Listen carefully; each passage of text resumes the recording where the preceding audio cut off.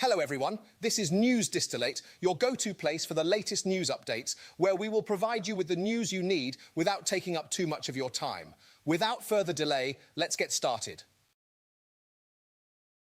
Welcome everyone. It's time for a royal celebration. This Saturday, King Charles III and Camilla, the Queen Consort, will be crowned at Westminster Abbey in London. This is the first coronation in the United Kingdom in 70 years, and it's a big deal. The coronation is more than just crowning the new monarch. It's a three-day event full of celebrations, performances, and royal customs. On Saturday morning, King Charles and Camilla will travel by horse-drawn coach from Buckingham Palace to Westminster Abbey as part of the King's procession. After the service, they'll return to Buckingham Palace in an even larger ceremonial procession.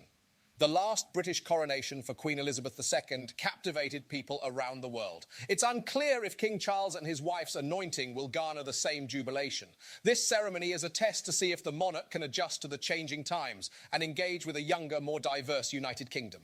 You can watch the coronation live on BBC One. Other networks will also be broadcasting and streaming live. On the palace balcony, the day's public festivities will end with a military flyover and royal wave. So if you're a royal fan, don't miss out on this historic event.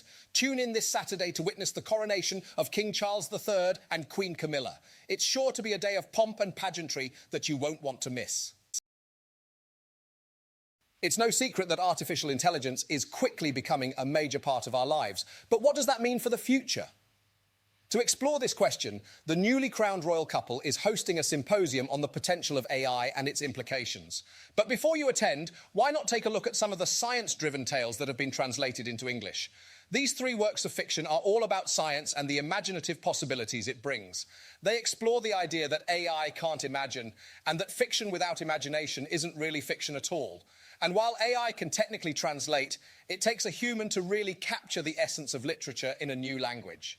The first work is a novel about a scientist who discovers a way to travel through time.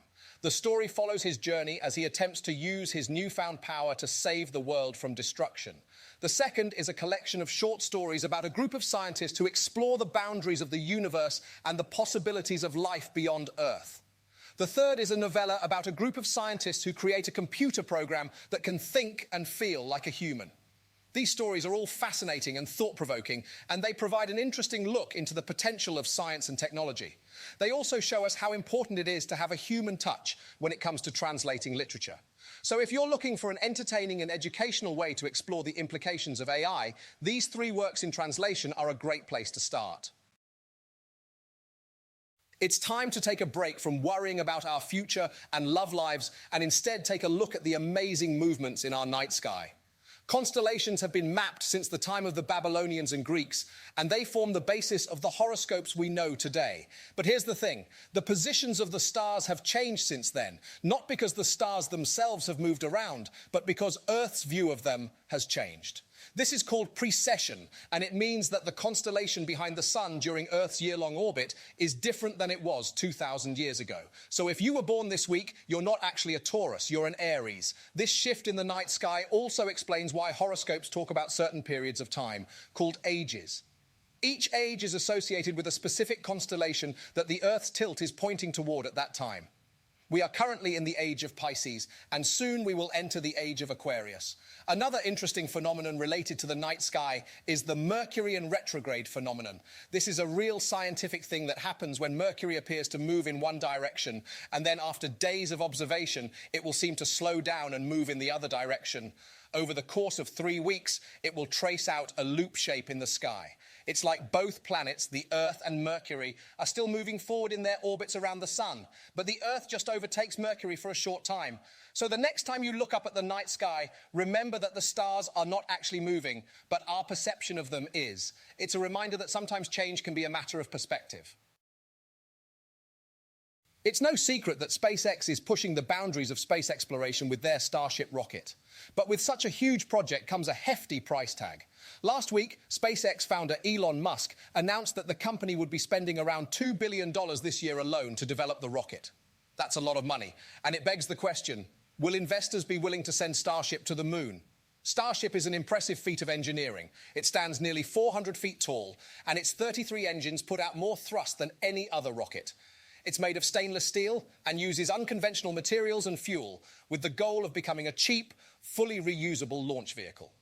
Musk has big plans for Starship, hoping to use it to take humans to Mars. But the success of Starship will come down to whether SpaceX has the cash to keep development going. They make money launching commercial and government satellites on their existing rockets, and they're starting to generate income from their Starlink satellite internet service. But between building the Starlink network and preparing for a visit to Mars, they're currently losing money. SpaceX has been able to stay afloat thanks to private investments and government contracts. They've won around $4 billion from NASA to develop Starship into a lander that can put astronauts on the moon. But in order to make Starship a success, they'll need to find other companies willing to buy rides on the mega rocket.